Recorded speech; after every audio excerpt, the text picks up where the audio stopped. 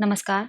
आज इस वीडियो में हम क्लास 12th की पुस्तक अंतराल के पाठ 2 आरोहण के बारे में पढ़ेंगे, जिसमें सबसे पहले मैं बताना चाहूँगी कि आरोहण किसे कहते हैं। आरोहण का मतलब होता है चढ़ाई। ऑब्वियस सी बात है, पर्वतारोहण की यहाँ बात हो रही है, यानी पर्वतों पर होने वाली चढ़ाई के ऊपर ये जो पूरा है अध्याय है। तो इसी चढ़ाई यानी इसी आरोहण की यहाँ पे चर्चा की गई है, जिसके जो रचनाकार है वो संजीव जी है और उन्होंने आरोहण कहानी के माध्यम से ही जो पर्वतीय प्रदेश की जो बारीकियाँ हैं और उनके जो सूक्ष्म अनुभव हैं, जो परंपराएँ हैं, रीति-रिवाज़ है और उनमें होने वाले जो संघर्ष, यातनाएँ, उन सभी चीज़ों को अपनी रचनाओं में उजागर किया है। तो आइए अब हम बिना किसी देरी के इस पाठ की ओर बढ़ते हैं और पाठ की ओर बढ़ने से पहले यही कहूँगी कि पाठ को अच्छी तरीके से समझने के लिए वीडियो को पूरा ज़रूर देखें। साथ ही साथ वीडियो को लाइक कीजिए, कमेंट अपना ज़रूर दीजिए और अपने दोस्तों के साथ शेयर करना बिल्कुल भी ना भूलिए। और अगर आपने अभी तक मेरे चैनल को सब्सक्राइब नहीं किया है तो जल्द से जल्द सब्सक्राइब कर लीजिए, ताकि आगे आने वाले वीडियोज़ के अपडेट्स आपको मिलते रहें और बेल आइकन के बटन को प्रेस करना बिल्कुल भी ना भूलिए। तो पाठ में क्या है कि जो ये पर्वतारोहण है, ये अब आपके सिलेबस में भी इंक्लूड हो गया, यानी कोई इस चीज़ से इंटरेस्टेड है या पैसा कमाना चाहता है, अर्निंग चाहता है, तो वो सिलेबस में भी इन्वॉल्व हो चुका है और वो पाठ्यचर्या का भी अंश बन गया है और ये शिक्षा पा सकता है। और इसकी पढ़ाई-लिखाई करके वो अपना मतलब कमा भी सकता है। तो साथ ही साथ जब स्कूलों में, कॉलेजों में गर्मियों की छुट्टियाँ, वेकेशंस होती है, तो हिल स्टेशंस पे भी ले जाया जाता है। तो इन्हीं सब चीज़ों को यहाँ पर लेखक ने पर्वतारोहण यानी आरोहण को अपनी कहानी का आधार बनाया। कहानी कुछ इस प्रकार शुरू होती है कि सबसे पहले हम इस पाठ के मुख्य जो पात्र हैं उनकी ओर बढ़ते हैं कि पहला जो पात्र है वो है भूप सिंह। जो भूप सिंह है वो रूप सिंह का बड़ा भाई है, महीप का पिता है। ये याद रखिएगा, पाठ में भूप सिंह और रूप सिंह में कन्फ्यूज़ मत होइएगा। फिर रूप सिंह जो है वो भूप सिंह का छोटा भाई है। ऑब्वियस सी बात है, जब भूप सिंह बड़ा है तो रूप सिंह छोटा होगा। शैला है भूप सिंह की पत्नी है और महीप की माँ है। महीप जो है भूप सिंह और शैला का बेटा है। शेखर रूप सिंह का दोस्त है। आप पाठ में जानेंगे कि शेखर कौन है और साथ ही साथ जैसे-जैसे आप पाठ की ओर बढ़ेंगे, आपको ये सारे कैरेक्टर जो पात्र है आसानी से क्लियर हो जाएँगे। और अंतिम जो पात्र है वो है त्रिलोक सिंह, गाँव का बूढ़ा बुजुर्ग व्यक्ति। ये पाठ कुछ इस प्रकार शुरू होता है कि रूप सिंह पूरे 11 साल बाद अपने गाँव माही लौटता है। यानी किसी कारणवश वो 11 साल पहले अपने गाँव से भाग गया था। हम पाठ में आगे जानेंगे कि वो क्यों भागा था और अब वो अचानक से 11 साल बाद अपने गाँव वापस लौटा है और उसके गाँव का नाम है माही ही और वह शेखर कपूर के साथ देवकुंड के बस स्टॉप पर उतरता है। शेखर कपूर के साथ वो आया है और देवकुंड के बस स्टैंड पे उतरता है। शेखर कपूर उसके गॉडफादर कपूर साहब का लड़का है और वह आईएएस की ट्रेनी है। ट्रेनी यानी वो ट्रेनिंग ले रहा है, अभी बना नहीं है। अतः उसके साथ एक खास मेहमान है और उसके साथ यानी रूप सिंह के साथ एक स्पेशल गेस्ट आए हैं, तो ऑब्वियस है एक क्यूरियोसिटी होती है ना। मान लीजिए हमारे घर में भी हम कहीं जॉब कर रहे हैं, हमारा कोई कलीग आता है तो हमें रहता है कि हमारे घर में आए, हमारा घर प्रेजेंटेबल हो या अच्छे से उसकी खातिरदारी हो, कि उसको अजीब ना लगे, उसको ऑकवर्ड ना लगे या वो बात मतलब हमें होता है थोड़ा-सा। तो इसी तरीके से रूप सिंह को भी है, चाहे वो खुद 11 साल बाद आया है तो उसको थोड़ा-सा हेजिटेशन भी है। साथ ही साथ उसको ये भी है कि गाँव वाले भी पूछेंगे कि वो इतने सालों तक कहाँ था, वो भागा क्यों था, क्या कर रहा था? और साथ ही साथ शेखर को अपने गाँव को दिखाने की भी थोड़ी-सी इसमें इस चीज़ को लेके थोड़ा-सा वो डरा हुआ भी है। और आगे हम पढ़ेंगे कि रूप सिंह को एक अजीब किस्म का लाज, अपनत्व एवं झिझक हो रही है। जैसे कि मैंने बताया, उसको शर्म भी आ रही है। वह इतने लंबे अंतराल के बाद गाँव लौटा था। 11 साल बाद भी गाँव के लिए कोई पक्की सड़क नहीं बन पाई थी। यानी उसको यही थोड़ी-सी शर्म भी आ रही थी कि इतने सालों बाद वो गाँव लौटा, लेकिन अभी तक किसी तरह का कोई विकास जो है यहाँ पर नहीं हुआ है। मेहमान को गाँव पैदल तो नहीं लेकर जा सकता और उसको ये भी झिझक है कि मेहमान उसके साथ आए हैं, उनको इतनी दूर किलोमीटर चढ़ाई करके पैदल तो ले जाना एक अपमान की बात है कि मेरा गाँव ऐसा है, ठीक है? शेखर अपने बायनोकुलर से पहाड़ों और घाटियों को देखने में रमा हुआ था। ऑब्वियस है, वो एज़ अ टूरिस्ट वहाँ आया था तो वो उस एटमॉस्फेयर को एन्जॉय कर रहा था। उसको नहीं पता पहले कैसा था और अब कैसा हुआ है। उसको वो तो फर्स्ट टाइम आए हैं। अभी वो 6000 फीट की ऊँचाई पर थे और उन्हें 15 किलोमीटर चलकर 10,000 फीट की ऊँचाई पर पहुँचना था। यानी वो अभी 6000 किलोमीटर पर पहुँच चुके थे और अभी 10,000 किलोमीटर और चलना था जब जाके वो महीप गाँव में पहुँच पाते। तो वहाँ पर रुककर उन्होंने देवकुंड में चाय पी और वहाँ पर उस चाय वाले से पूछा कि यहाँ चढ़ाई के लिए कुछ अवेलेबल है, मतलब घोड़े-वोड़े हैं या पैदल ही 10 किलोमीटर, बहुत होता 10 किलोमीटर, या पैदल ही 10 किलोमीटर चलकर जाना होगा। तो चाय वाले ने उस समय तो कोई जवाब नहीं दिया, लेकिन उसने 9-10 साल के एक लड़के को पुकारा, ये जो वहीं पे बैठा हुआ था, "तू माही जाएगा?" और उस चाय वाले ने, जो लड़का 9-10 साल का, अंदाज़तन ऐज बताई है उसकी, लगभग 9 या 10 सा वर्ष का वो होगा, और वो चाय वाला उससे पूछा कि, "तू माही ले जाएगा इनको?" तो लड़का वहाँ से उठकर जो है चुपचाप चला गया। यानी उस टाइम तो उसने कोई जवाब नहीं दिया, मगर थोड़ी ही देर में वह 2 घोड़ों के साथ चढ़ाई करता दिखाई दिया। यानी वो उनको ले जाने के लिए तैयार हो गया। 2 सवारी है, एक है शेखर, दूसरा है रूप सिंह, तो वो 2 घोड़े लेकर आ गया। चाय वाले ने ही उसका मेहनताना तय कर दिया था और चाय वाले ने ही डिसाइड कर दिया था कि वो दोनों उसको क्या देंगे, 2 घोड़ों के ₹100 यानी 50-50 रुपए दोनों देंगे। एक घोड़े पर शेखर और दूसरे पर रूप सवार था। महीप शेखर वाले घोड़े के साथ आगे-आगे चल रहा था और जो महीप यानी जो उनको ऊपर लेकर जा रहा था, वो 9-10 वर्ष का लड़का, वो शेखर वाले घोड़े के साथ-साथ आगे चल रहा था, रूप का घोड़ा जो था पीछे था। इस प्रकार वो आगे बढ़ते हैं और वहाँ के जो नज़ारे होते हैं, जो सुंदरता होती है, जो प्रकृति चित्रण होती हैं, साथ ही साथ जो वहाँ की महिलाएँ जो गीत गा रही हैं, गुनगुना रही हैं, उन सब चीज़ों का वो आनंद लेते हैं, उन चीज़ों को वो एन्जॉय करते हैं, मनोरंजन, खासकर शेखर, क्योंकि वो फर्स्ट टाइम आया है, तो वो सब चीज़ों को एन्जॉय करता है। आशा कर रही हूँ पाठ आपको बड़ी सरलता से समझ आ रहा होगा। इसी प्रकृति को एन्जॉय करते हुए आगे एक जगह क्या होता है कि चलते-चलते जो रूप होता है वो रुक जाता है, क्योंकि वो यहाँ 11 वर्ष से पहले यहाँ रहा करता था। तो उसको ऑब्वियस है, जगहों को देख के कुछ-कुछ इंसिडेंट, कुछ-कुछ घटनाएँ याद आने लगती हैं। तो इसी जगह उसको याद आता है कि उसने अपने बड़े भाई यानी भूप दादा को धक्का दिया था। धक्का क्यों दिया था? कि जब शेखर ने इसका कारण पूछा, रूप ने बताया कि मैं देवकुंड घर से भाग आया था। भूप दादा ने यहाँ आते-आते मुझे पकड़ लिया और जो रूप था वो अपने घर से भाग गया था और जो बड़ा भाई था उसका पीछा कर रहा था और रूप दादा ने उसको पकड़ लिया। तो रूप ने अपने आप को छुड़ाने के लिए अपने बड़े भाई को थोड़ा-सा धक्का दिया, पुश किया, जिस वज़ह से वो पहाड़ी से नीचे खिसकता चला गया। लेकिन जो बड़ा भाई भूप था उसने रूप सिंह का हाथ पकड़ा हुआ था, तो उसके साथ वो भी खींचने में आ गया। अब उन दोनों ने एक पेड़ को पकड़ लिया और इस प्रकार एक साइड पे भूप दादा थे, एक साइड पे रूप सिंह था। तो जो भूप सिंह था वो बड़ा भाई था, उसने खुद की जान बचाई, अपने भाई की जान बचाई, पर उसको गुस्सा नहीं किया। ऊपर पहुँचने के बाद उसने उसको अच्छे से देखा कि तुझे कहीं चोट तो नहीं लगी। यानी एक बड़े भाई का कंसर्न इसमें शो हुआ है कि किस तरीके से उसके लिए वो कंसर्न थे, और उसके बाद उन्होंने उसका ऐसा हाथ छोड़ा कि कभी भी रूप सिंह उनका हाथ कभी नहीं पकड़ पाया। यानी वो खुद ही घर से वहाँ से भाग गया, तो उनका साथ उनसे हमेशा के लिए छूट गया। तो उसको जगह-जगह पर जगहों को देखकर कुछ-कुछ घटनाएँ अपनी याद आने लगती है। फिर आगे बढ़ते हैं वो और पर्वतारोहण का एक ज़िक्र छिड़ जाता है, जिसमें वो शेयर करते हैं कि पर्वतारोहण किस प्रकार किया जाता है, किस तरीके के पत्थर का, मतलब आप जो भी पर्वतारोहण करते हैं, उनको पता होता है कि पहाड़ों पे चढ़ने के लिए किस तरह की रस्सी होनी चाहिए और पत्थर में कील ठोकने के लिए पहाड़ में कौन से पत्थर की किस्में हैं, यानी किस किस्म का किस जाति का वो पहाड़ है, कौन से पत्थर का पहाड़ वो है।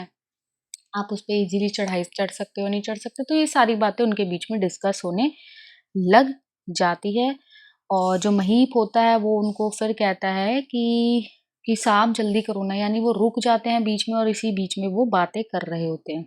तो फिर उसके बाद उन्हें पर्वतारोहण का अध्याय बंद करके फिर से घोड़ों पर सवार होना पड़ा। शेखर ने रूप से पूछा कि क्या कभी प्रेम की पढ़ाई की है? और शेखर ने रूप से पूछा कि क्या कभी तुम्हें किसी से प्रेम हुआ है? उसे कोई तो मिली होगी जिसे देखकर मन में कुछ-कुछ हुआ होगा। और शेखर कहता है कि कोई तो होगी जिसको देखकर मन में कुछ हुआ होगा। फिर रूप बताता है, थी तो मगर उम्र में रूप से बड़ी थी। भेड़ चराने के दौरान ही हमारी मुलाकातें होती थी और उसका नाम शैला था, वो बहुत सुंदर थी। उसका हुक्म बजाना मुझे अच्छा लगता था, यानी वो जो मुझे ऑर्डर देती थी, जो मुझे काम देती थी, मुझे उसके काम करने अच्छा लगता था। वो खुद तो बैठ के स्वेटर बुनती रहती थी और मैं उसकी भेड़ों को चराता रहता था। फिर उसके लिए वो कई तरह के फल, फ्रूट्स वगैरह भी ले आता था, तो उसको अच्छा लगता था। बाद में रूप को पता चला कि जो शैला है वो भूप दादा के लिए स्वेटर बुना करती थी। यानी उसको पता चला कि वो शैला और भूप दादा एक-दूसरे को मतलब पसंद करते हैं।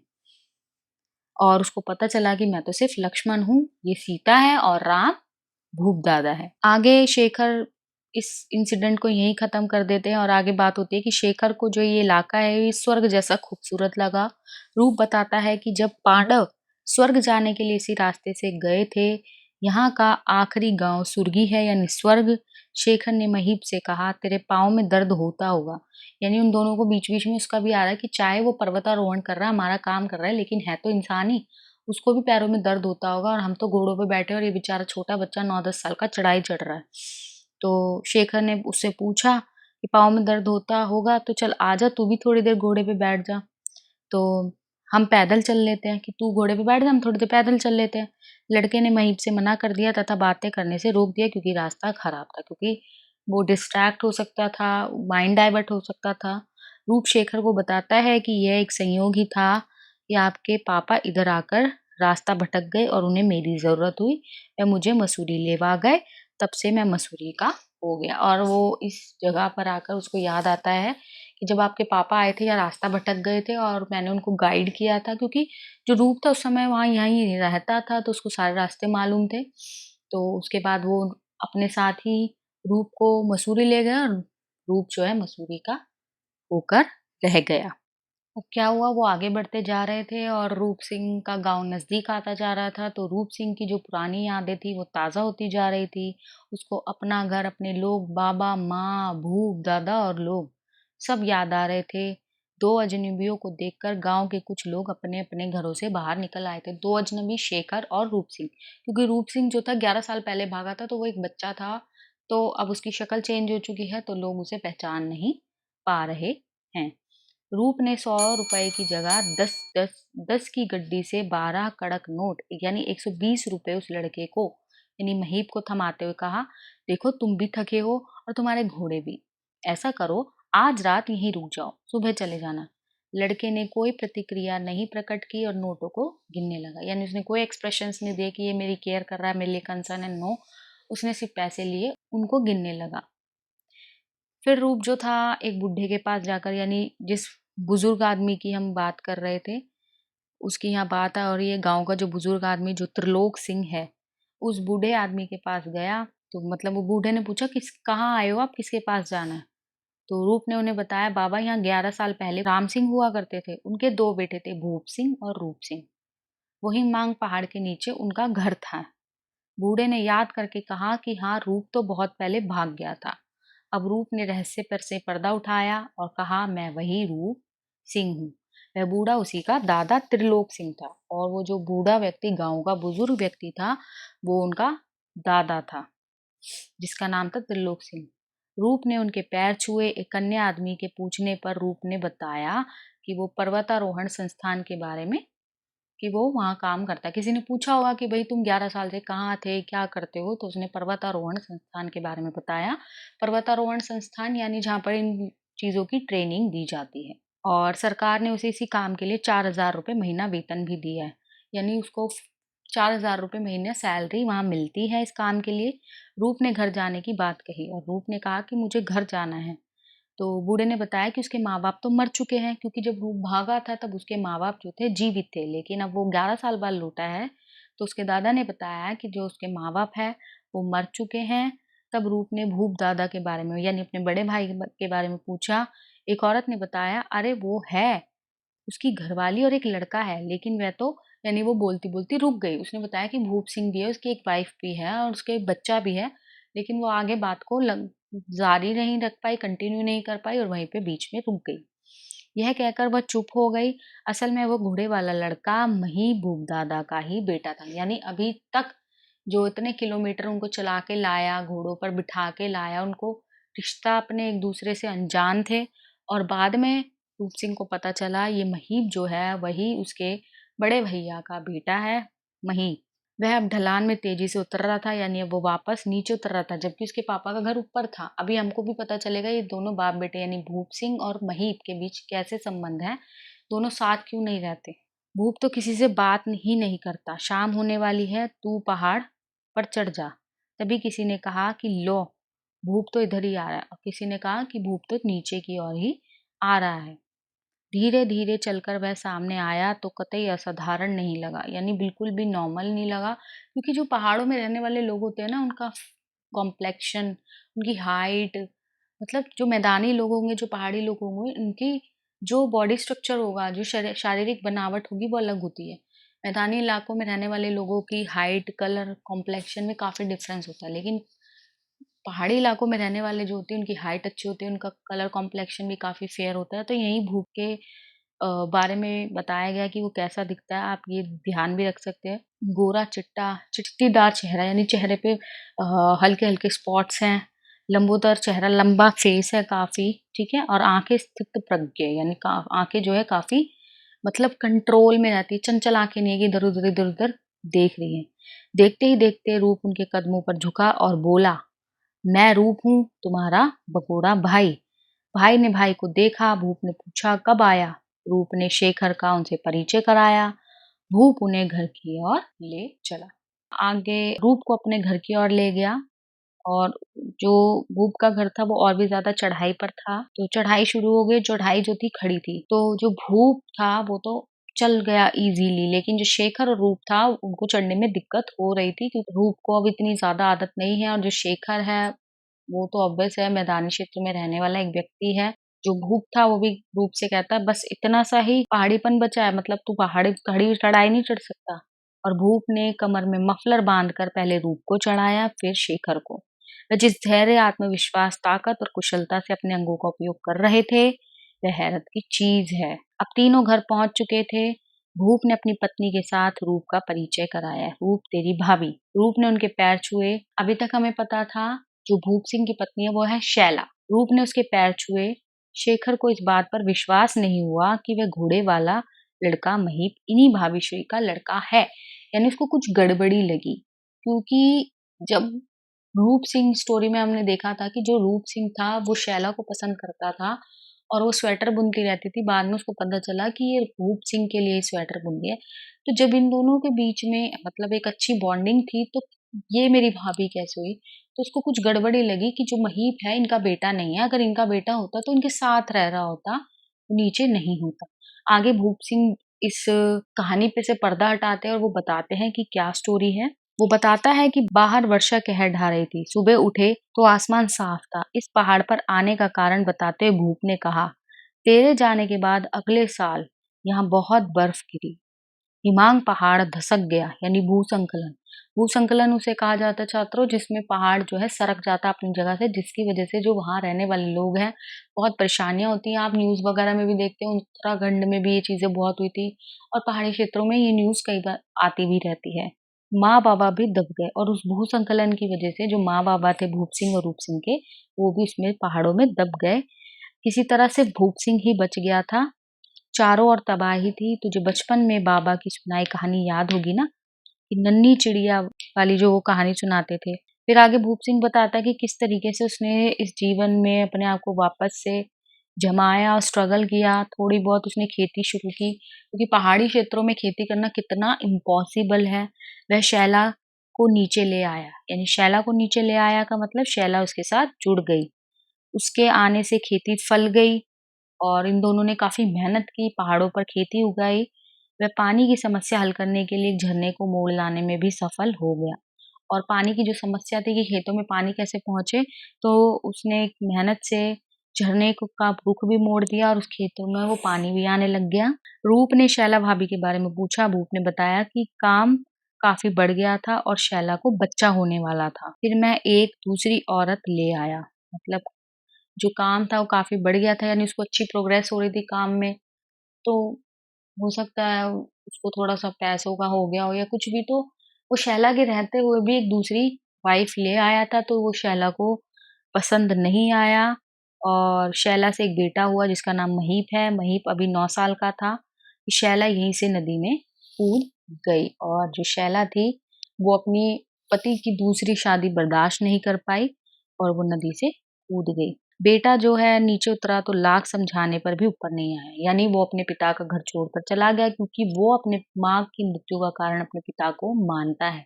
क्योंकि अगर उसका पिता दूसरी शादी नहीं करता तो उसकी माँ शैला जो है आत्महत्या नहीं करती। इसलिए वो अकेले रहकर गुज़र-बसर करता है।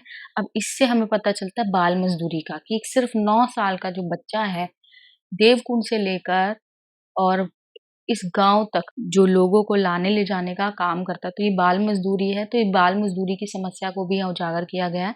आपको पेपर में एक वैल्यू बेस्ड क्वेश्चन मूल्यपरक प्रश्न भी इससे बनकर आ सकता है, तो आप इस चीज़ को भी ध्यान रखिए। उसके बाद जो रूप होता है वो कहता है कि भैया आपने बहुत दुःख झेले हैं, आप मेरे साथ चलिए, मुझे सरकार की तरफ से एक फ्लैट भी मिला हुआ है, आप मेरे साथ उस क्वार्टर में रहिएगा और मेरी जो इनकम है उससे हमें इतनी इनका इनफ होगी कि हम उससे अपना गुज़र-बसर कर सके। लेकिन जो भूप दादा थे वो नहीं माने, उनको अपना आत्मसम्मान प्रिय था। उन्होंने कहा था वो नीचे नहीं उतरेंगे यानी अभी तक उन्होंने जो किया है वही में उसमें वो संतुष्ट है, वो खुश है और इसी जीवन को अपने आत्मसम्मान को बचाते हुए वो सारी ज़िंदगी यहीं रहना पसंद करेंगे। तो इस तरीके से ये पाठ यहाँ समाप्त होता है। आशा करती हूँ आपको पाठ बहुत आसानी से समझ आया और फिर भी किसी तरह का कोई डाउट हो तो आप बेझिझक मुझे कमेंट कीजिए, मैं कमेंट का रिप्लाई दूँगी। तो अब चलिए बिना किसी देरी के हम इस पाठ के महत्वपूर्ण प्रश्नों की ओर बढ़ते हैं, जो पेपर में अधिकतर पूछे जाते हैं। देखिए पाठ अगर आपको अच्छे से कॉन्सेप्ट क्लियर है, तो प्रश्न कैसे भी किसी भी तरीके से घुमा के आ जाए आप अटेम्प्ट कर लेंगे। तो इसलिए मैं सिर्फ महत्वपूर्ण क्वेश्चन डिस्कस करूँगी जो मैक्सिमम पेपर में आते हैं। पहला प्रश्न कुछ इस प्रकार है कि यूँ तो प्रायः लोग घर छोड़कर कहीं न कहीं जाते हैं। परदेस जाते हैं, किंतु घर लौटते समय रूप सिंह को एक अजीब किस्म की लाज, अपनत्व और झिझक की वो घेरने लगी। जैसा कि पाठ के शुरू में ही हमें पता चला था कि जो रूप सिंह था, वो घर से भाग चुका था।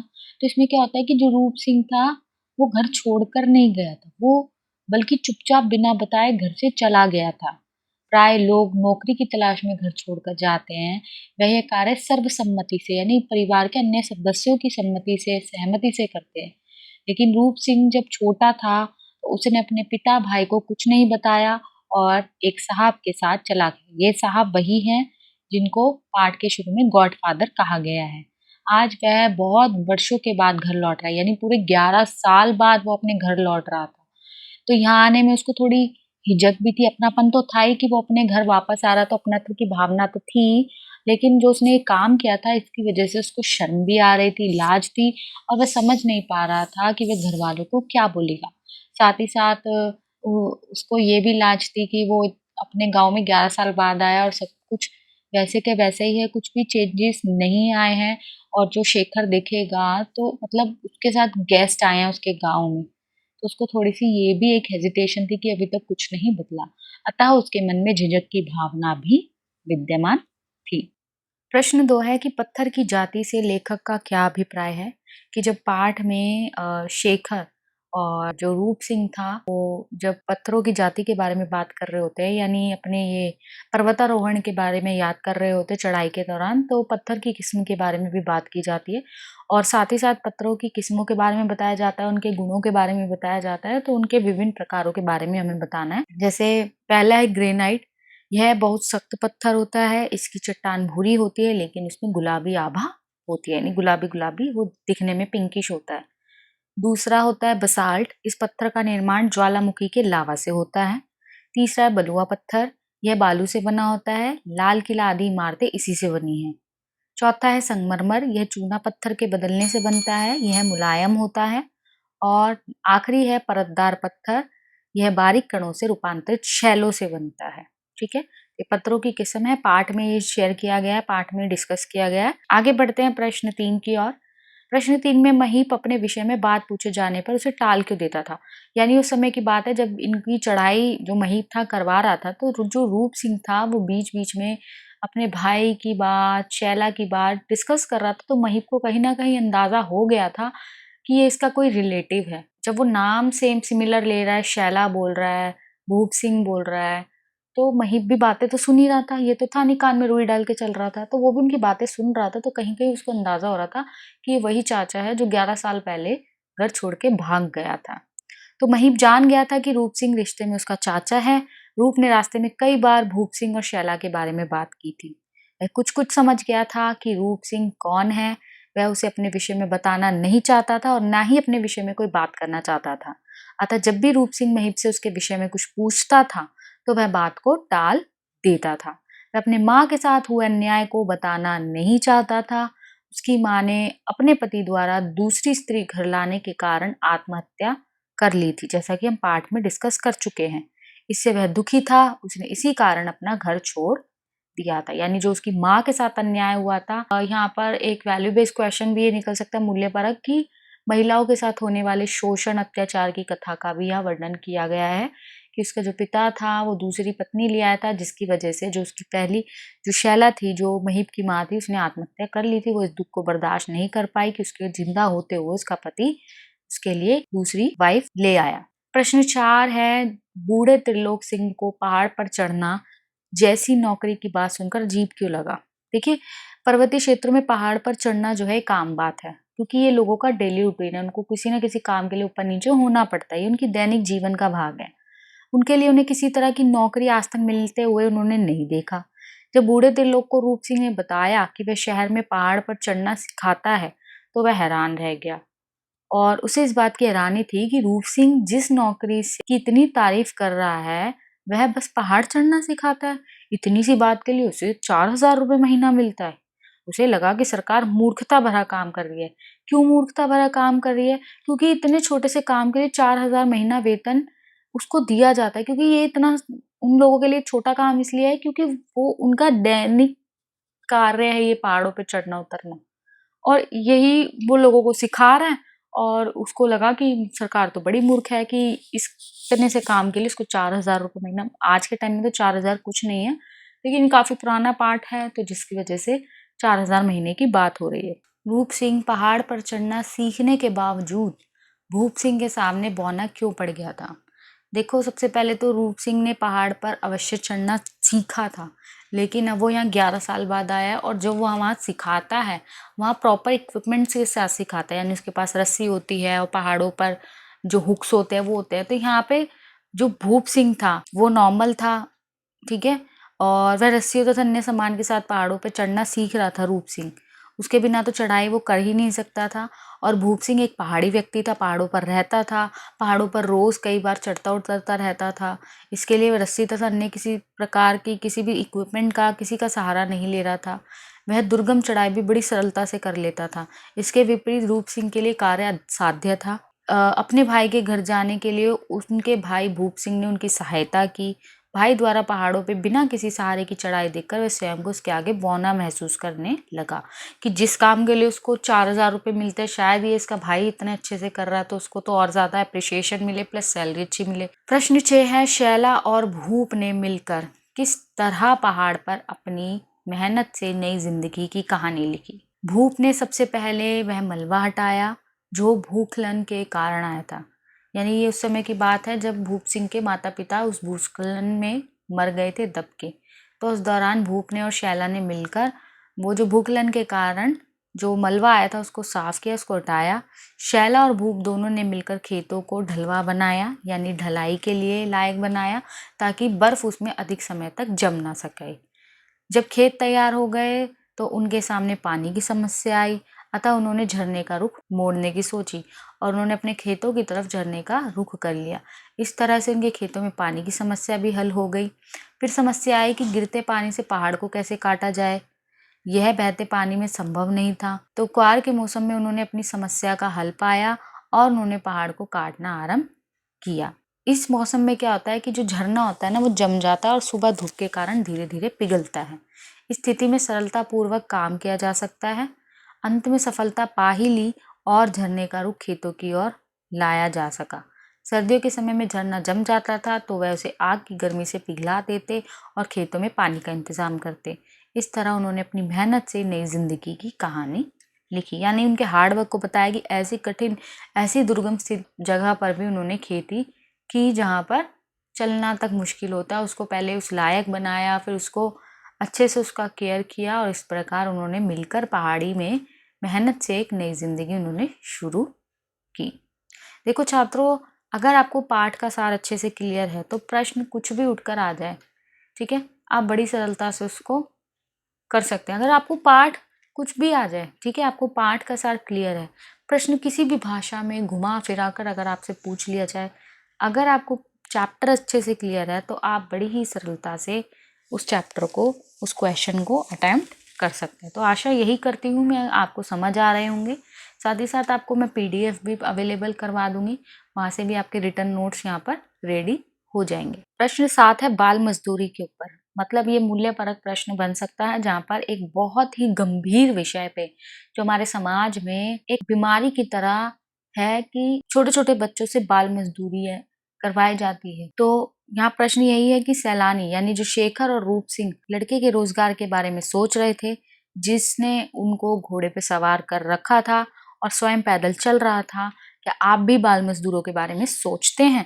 पहले तो हमें पाठ के आधार पर क्लियर करना होगा बाल मजदूरी के कॉन्सेप्ट को, कि बाल मजदूरी यहाँ महीप कर रहा था कि केवल एक 10 साल का बालक जो है, यानी अंदाजतन लगभग उसकी जो आयु है 9 से 10 वर्ष है, और वह एक बालक है और इतने कठिन और इतने दुर्गम रास्तों में किस तरीके से अपने पेट पालने के लिए, गुजर बसर करने के लिए, अपना जीवन निर्वाह करने के लिए ऐसे कठिन परिस्थितियों में अपना जीवन यापन कर रहा है।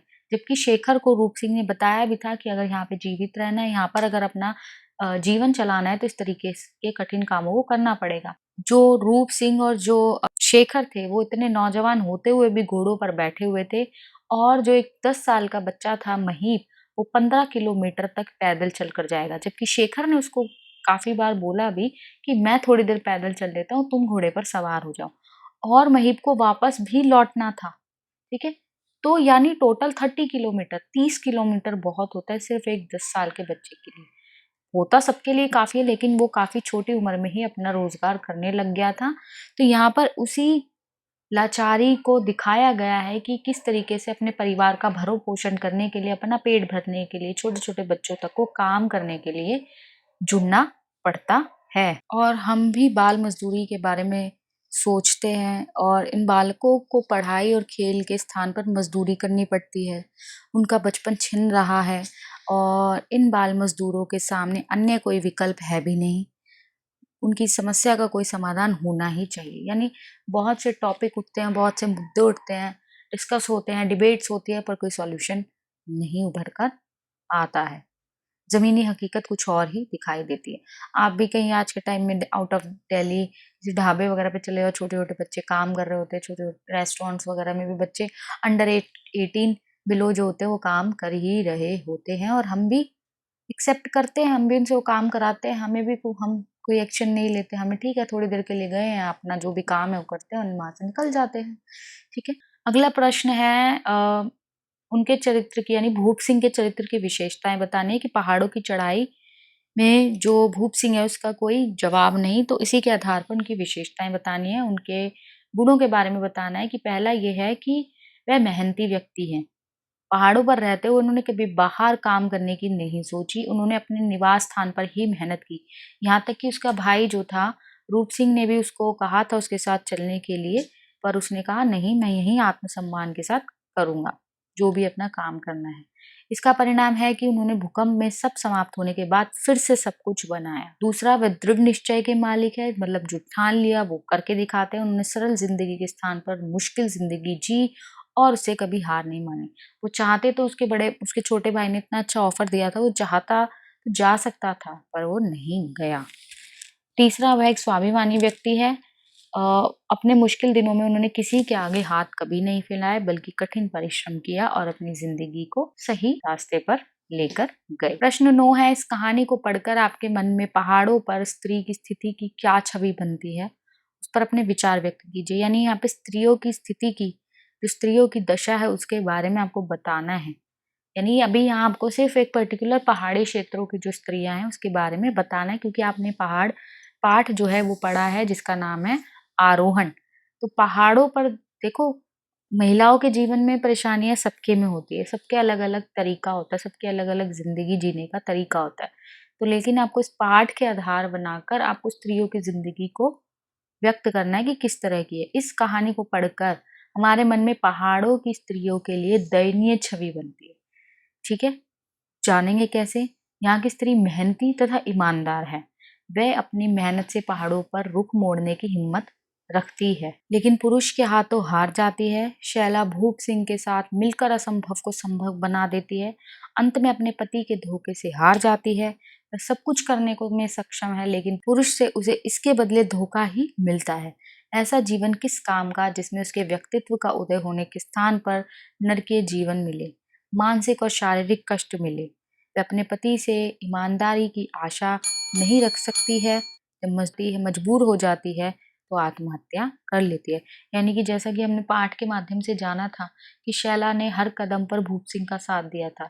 उसके हार्ड वर्क में भी उसने उसका साथ नहीं छोड़ा था, उसके बुरे टाइम में भी उसने उसके साथ मेहनत की और उसके साथ दोबारा से अपनी ज़िंदगी को शुरू किया। लेकिन भूप सिंह ने क्या किया, 2 अच्छे समय आते ही, 2 अच्छे पल आते ही उसने शैला का स्थान किसी और महिला को दे दिया उसके जीवित रहते हुए, जिसको वो भूल ना सकी। वो मेंटली और फिज़िकली यानी मानसिक और शारीरिक दोनों तौर पर वो टॉर्चर होती रही, प्रताड़ना सहती रही और इसका सॉल्यूशन उसने आत्महत्या करके निकाला। तो इस तरीके से ये जो पाठ है, इसके प्रश्न उत्तर यहाँ समाप्त होते हैं। साथ ही साथ कुछ एक्स्ट्रा क्वेश्चंस भी निकल जाते हैं इसमें, जैसे पहाड़ों में जीवन अत्यंत कठिन होता है। पाठ के आधार पर उक्त विषय पर निबंध लिखिए। तो ये एक तरीके से मूल्यपरक प्रश्न हो गया कि इस पाठ के आधार पर आपको वहाँ का जीवन कैसा उसके बारे में बताना है। दूसरा है पर्वतारोहण की प्रासंगिकता पर प्रकाश डालिए कि ये जो पाठ है, मतलब आज के समय में पर्वतारोहण को बढ़ावा मिल रहा है। युवक तथा युवतियों में इसके प्रति रुझान देखा गया है। पर्वतारोहण अपने में एक अनोखा लक्ष्य है। यही कारण है कि आज कई पर्वतारोहण संस्थाओं का उदय हुआ है। ये संस्थाएं पर्वतारोहण का प्रशिक्षण देती है यानी शिक्षित करती है। इस तरह हम हिमालय के आसपास के क्षेत्रों को जानते हैं और उन्हें समझते हैं। इस प्रशिक्षण द्वारा युवा में आत्मविश्वास को बढ़ाने का प्रयास किया जाता है। आगे चलकर सेना में भविष्य में बनाने वाले युवकों के लिए प्रशिक्षण बहुत फायदेमंद साबित हुआ है। तीसरा प्रश्न है पर्वतारोहण पर्वतीय प्रदेशों की दिनचर्या है। वही दिनचर्या जीविका का माध्यम बन गई। इसके गुण दोषों का विवेचन कीजिए, यानी आपको बताना है कि पर्वतारोहण जो लोग हैं उनका तो दिनचर्या जो वहाँ पे हिल स्टेशन पे रहते हैं, लेकिन जैसे हम जैसे लोग जो मैदानी इलाकों में रहते हैं वो हिल स्टेशन पे घूमने जाते हैं तो उनके लिए एक एक्साइटमेंट, एक क्यूरियोसिटी होती है। तो उन लोगों को ये चीज़ों को सीखना पड़ता है। कई बार स्कूल वगैरह में भी आपको ट्रैक वगैरह पे लेकर जाया जाता है, घुमाने ले जाता है और वहाँ पे आपको ट्रेनिंग दी जाती है, ठीक है? तो इसके कुछ गुण दोष है वो आपको बताने हैं। जिसमें पहला गुण है कि लोगों को जीविका के लिए अन्य स्थान में नहीं जाना पड़ता है, इससे उनका खर्चा निकल जाता है। दूसरा, इसके लिए उन्होंने किसी प्रकार का कोई कोर्स करने की आवश्यकता नहीं होती है उन लोगों के लिए जो वहाँ रहते हैं। इसमें खर्चा भी नहीं आता और शिक्षित होने की आवश्यकता नहीं है। इसका दोष ये है कि इससे लोगों को अधिक लाभ नहीं मिलता है। हिल स्टेशन पे जो रहते हैं उसमें इतनी इनकम नहीं है। कभी बहुत कमाई हो जाती है, जैसे सीज़न हुआ, जैसे मान लीजिए वैष्णो देवी है, सीज़न है, नवरात्रे चल रहे हैं, विंटर्स में लोग ज़्यादा जाते हैं, तो सीज़न है तो उस टाइम इनकम ज़्यादा होगी और सीज़न नहीं है तो पूरा साल मतलब बैठे रहो, ठीक है? तो जीविका का ये साधन होने के कारण लोग अपनी पढ़ाई पर ध्यान नहीं दे पाते और छोटी-मोटी उम्र में ही काम करने लग जाते हैं क्योंकि मेहनत ज़्यादा और इनकम कम है, ठीक है? खर्चा ना आने के कारण लोग छोटे बच्चों को भी काम पर लगा देते हैं, अशिक्षित और गरीब रहते हैं, अपने परिवार से कटकर रहना पड़ता है क्योंकि 13 30-30 किलोमीटर मतलब एक फैमिली को मान लीजिए 15 किलोमीटर चढ़ा के ले गया, ठीक है? और फिर वापस 15 किलोमीटर आया, सवारी मिल गई, ठीक है, नहीं तो अकेला आना पड़ता है। फिर दोबारा किसी को मतलब एटलीस्ट पूरे दिन में 2 तो राउंड लेता ही होगा, 60 किलोमीटर तो इसमें तो पूरा दिन ही खप जाता है। फिर अपने जीवन को जोखिम में डालने का काम है, काफ़ी खतरनाक काम है, पहाड़ों पर चढ़ना, उतरना, ठीक है? तो इस तरीके से यहाँ पाठ ही समाप्त होता है, इसके प्रश्न उत्तर भी यहाँ समाप्त होते हैं। आशा करती हूँ आपको बहुत आसानी से समझ आए होंगे। उसके बाद भी आपको किसी और पाठ को लेकर या इस पाठ को लेकर किसी भी तरह की कोई दिक्कत है या आप ऐसी कोई वीडियो चाहते हैं या आप किसी विषय में जानना चाहते हैं तो आप मुझे कमेंट कीजिए, कमेंट में आपको रिप्लाई ज़रूर मिलेगा और आपकी परेशानियों को हल किया जाएगा। साथ ही साथ वीडियो अच्छा लगा हो तो लाइक ज़रूर कीजिए, कमेंट कीजिए व अपने दोस्तों के साथ तो शेयर करना बिल्कुल भी मत भूलिए। और यही कहना चाहूँगी कि आगे आने वाले अपडेट्स को सब्सक्राइब करना बिल्कुल भी ना भूलिएगा। धन्यवाद।